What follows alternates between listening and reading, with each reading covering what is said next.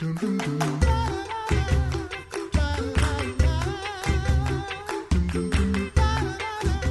listening to The Coffee Hour. I'm Andy Bates. I'm Sarah Gulseth. We have a fun event coming up this fall for men. Sorry, Sarah. I'm not allowed. You're not allowed. It's fine. But I guess. we got to figure this out. We can make an event for the ladies as well. Joining us today, David Vandercar is one of the planners for the men's gathering. David, thanks so much for joining us on The Coffee Hour today. Thank you for having me. David, from your perspective, why is it valuable for men to gather for study, prayer, and fellowship, as these are many of the things that happen at the men's gathering? Why is this important for men? I think it's so easy for us as men to get dedicated to our work, to our individual families, to tied up with the busy schedules that we keep. And sometimes it's hard then to fellowship, to gather with other Christian men that really become a support system for us. And, a lot of times that is lacking when we look at just the schedules we keep. But I know for myself, it's so valuable to have a group of guys that I can go back to and bounce things off of and just enjoy knowing that I've got a group of men that are kind of in my corner, so to speak. So. Mm-hmm.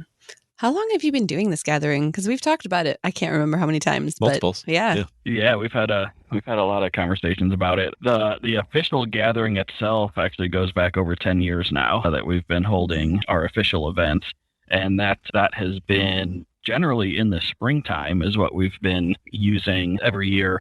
Meeting around Easter time, sometime around Easter. But we got to where we were filling those weekends where we had to kind of cap the registration at 150 guys. And we started thinking about expanding to a fall event as well. And that we just started this past year. So this will be the second annual fall gathering that we've had. And we've kind of built them up a little different from each other. But that I can go into explaining that a little bit more here throughout the interview. But so how many of these guys are returning, or are there a lot of new guys, or is this kind of a group that keeps coming back? So when we looked at the spring gathering this year, we had around 120 guys at it, and I would say about 75 of them were returning, and the other 50 were new attendees. So we've got a good group of guys that have been coming kind of year after year, and then we just continue to grow the family with guys that find out about it each year and come for the first time. So here's the fun question. What actually happens at the men's gathering? I know from past conversations, there are things that are somewhat low key, and then there are some things that might involve adrenaline. Yeah, for sure. And that's what I want to talk a little bit about, how the spring gathering is different from the fall gathering. So in the spring, for those guys who have been to that, we focus, a lot more on study. We have a keynote speaker, a main guy that comes in to kind of share some thoughts with us. And we have, a few different sessions, hour-long sessions of just kind of digging into the word and learning and being instructed around a whole bunch of other fun throughout the weekend. For the fall gathering, when we started looking at adding that into kind of what we do, we decided that we kind of wanted to get back to our roots a little bit. So I talked about, kind of the official gathering happening for the last 10 years. But before that, really what the roots of the men's gathering was really just me and my brothers and uncles and cousins just getting together and hanging out and just enjoying each other's company and reconnecting. And that is when we looked at, adding the fall gathering, we said, let's do it a little bit different from the spring, and let's focus the fall gathering a little bit more on fellowship. And we also, with that, have made it more of a focus to invite the fathers and sons as well. So having younger boys there to kind of get them, into the mix as well. And so with the spring gathering, we kind of focus a little bit more on, kind of 16 and up or 18 and up, kind of more the adult crowd. And with its fall gathering, we kind of focus some of the activities more, or can involve kids down to like 10 years old. And so trying to encourage dads to bring their sons out and, kind of show them that, hey, it is a great thing to be a man of God, and there are a bunch of other men of God here that we can learn from and enjoy each other's company. And so with this fall gathering, we really focus a little bit more on fellowship and just hanging out with each other. We do still have different, we do morning prayer, and we have campfire devotions in the evening, and we have some different topics that we will discuss throughout the day, but it's a lot more activity based. And those activities, as you had mentioned, are varying degrees of energy required. It might just be, fishing around the lake. We do like a bass fishing tournament, but then one of the things we do is a gathering quest. So that's where we get into a lot of the, maybe, I don't want to say questionable activities, but that does come to mind. So sometimes they could be, but that we keep them safe and we keep them enjoyable, and the guys keep coming back year after year to have fun. So I can elaborate a little bit more on that, but I guess how much of intrigue do we want to leave here? Oh, see, it's calculated risk. That's what it is. Since I can't go, can you tell me a little bit more? Yeah. about what these are? Is there anything that's new or different than, because you've done this quest kind of thing before, haven't you? We have. So it has emerged from what we used to do. There was a medieval challenge that we had, and that was where we had like wheelbarrow jousting. That was one of the activities, and we had the big those caber poles. Is that what they're called? Where you had to flip the caber pole. But yeah, so it kind of evolved from that medieval challenge, and the challenge quest is more based on, you can participate either as a individual or a team. And we have different activities set up like archery and hatchet throwing. But then we mixed in some different like problem solving puzzles. So we have a bunch of those like wooden puzzles and things that you have to try and figure out how to take them apart or put them together. And so all these different activities we have set up, and there's like point structures involved to if you complete them, you get a certain amount of points and everything. And then we have a bunch of prizes that we award. And so it's all set up really just to give the guys a structure into how they interact with each other throughout the afternoon, and doing it in a way that provides a lot of laughter and fun, and just a kind of their activities really meant to get the guys interacting with each other and just building their relationships deeper with each other. So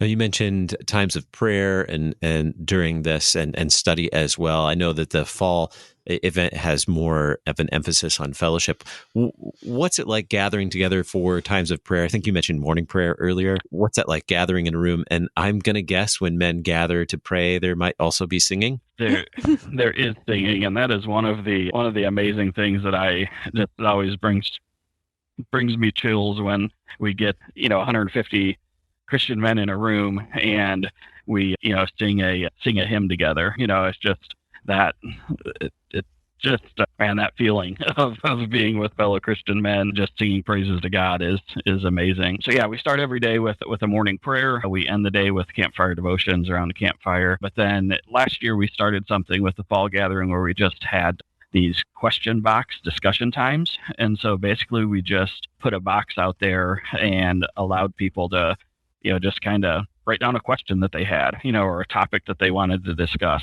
And we, the organizers kind of took those questions then and kind of framed some time where we just kind of sat around the campfire as a group and just led a discussion trying to answer, those questions from a biblical perspective, and just really take advantage of the group of men that we had there and all of their experiences and knowledge and everything. So that was something that was really well received last year. Like I said, it was kind of a very laid back format, but really magnified the opportunity we had to share, the understanding and knowledge that a group of guys like that, has in their presence. So how have you seen this build up the body of Christ for these Christian men? Because even with the last 2 years, even without the last 2 years of being separated as we've had to be, being in fellowship with each other, I think maybe especially for men can be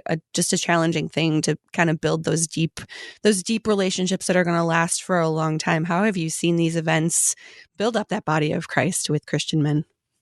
Yeah, it's pretty amazing when especially for the guys that just keep coming back year after year. I had an individual that wasn't sure if he was going to be able to make the spring gathering this year. He had kind of told me that he wasn't, didn't know if he would be able to come, and actually got a Facebook message from his wife, and she said, here's what's actually going on.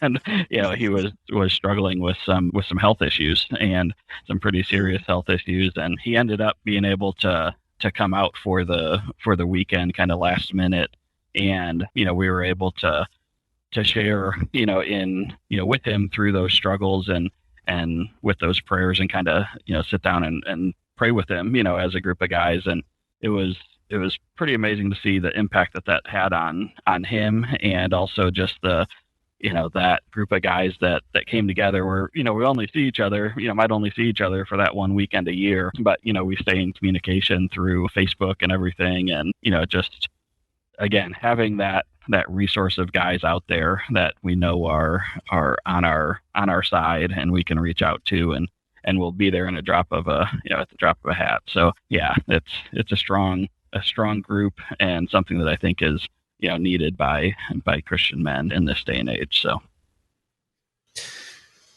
how do we, well, first of all, where is it taking place? Yeah. Same place every year, right? Right. So yeah, it is at Lakeview Ministries. This year we're having it at Camp Lakeview instead of Lakeview Villages, or for the fall one here. So Camp Lakeview at Lakeview Ministries. And information is out at our website, mensgathering.us. So that's our main website for the gathering, and where you can find all the dates and information. I guess we haven't talked about a date either, did we? So this fall, it's September 23rd through the 25th. And you can register out on our website, again, mensgathering.us. So September 23rd through the 25th, taking place at Lakeview Ministries, which is in southern Indiana, Seymour, Indiana, for those of you who might know some Midwest geography. And it's taking place at Camp Lakeview, that means the accommodations could include, what are the accommodation Yeah, so we have here? Camper cabins, we have lodge buildings, pretty much all sleeping on bunk beds there. We also have the option to register to where you can pitch a tent on the site. If you want to just stay in a tent and use the bathhouse building, we can accommodate that as well. We have people coming from all over the Midwest. In this past spring gathering, we actually had some people that came up from Alabama and flew in from Las Vegas. So it is something where we have a, make it worth it for you to travel as well. So very good. Mensgathering.us. Our guest today, David Vandercar, is one of the planners for the Men's Gathering. Thanks so much for spending some time with us on the Coffee Hour, letting us know about this great event. Thank you so much, and we look forward to seeing all you men out here. You've been listening to The Coffee Hour. I'm Andy Bates. I'm Sarah Gulseth. The Coffee Hour with Andy and Sarah is a production of KFUO. To support the Coffee Hour and KFUO Radio, visit KFUO.org. You can also text KFUO to 41444 or send an email to gifts@KFUO.org. And you can call us at 800-844-0524. KFUO. Christ for you, anytime, anywhere.